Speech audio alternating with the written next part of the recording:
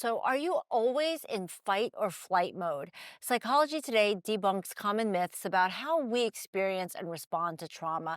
We're going to bring back therapist Elizabeth Kupferman. So, the first myth is that emotional neglect or shaming cannot be traumatic because they don't involve a direct threat to our survival. I mean, that just sounds wrong to me. What is your expert take on that?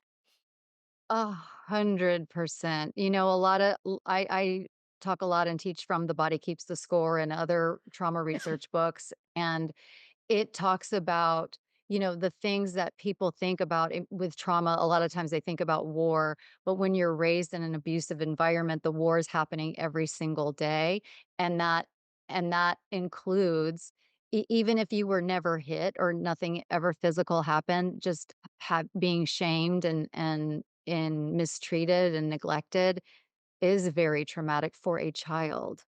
Hmm. Another myth that's discussed in this article is that trauma responses are the same for everyone. Why do people react to trauma in different ways?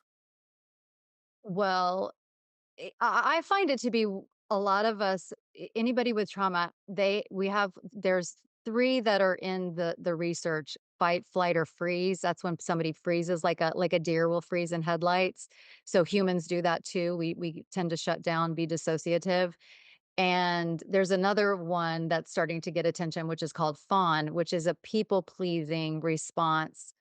So you can think of a neglected child who would wanna please her parents so she can survive. So I think we all have 4, and we all have acted from 4, from the fight, flight, freeze, or fawn.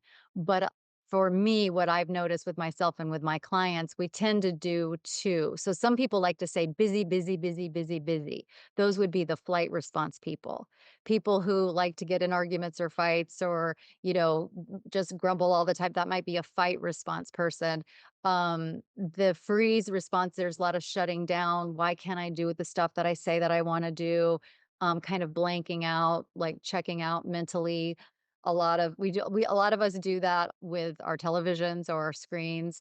And then the fun is just like, "Oh, let me take care of somebody else," and then I'm not paying attention to myself. So it depends on our temperament and our personality, which one works. The other thing about that is what works is also what works in the family. If your family, in childhood wants a high performer, you're probably gonna be a flight mode person, so you can do that. Mm.